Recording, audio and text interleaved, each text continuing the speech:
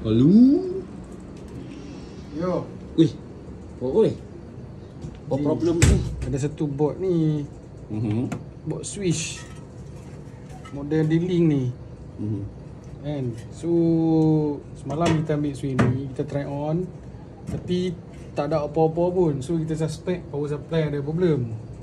So bila kita buka power supply ni, kita tengok oh memang kapasitor dia dah pecah. Dah buat ke belum? Ini kita dah repair dah ni. Tapi dia ada tricky sikit tau. Kan. So ni mainboard dia, ini power supply dia. So bila kita try semalam, kita tukar dengan kabel charger lah. Kita tukar, nak sambung hidupkan dia kan. And then bila kita dah sambung, rupa-rupanya kan, dekat kabel ni hitam dengan brown ni yang positif.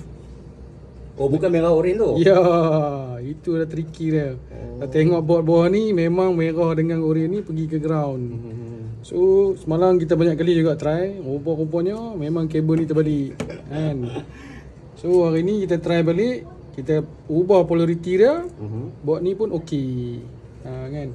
So boleh assemble balik lah nanti. Kita boleh pasang balik kan. And then kita boleh bagi balik lah kat tuan dia. Okay.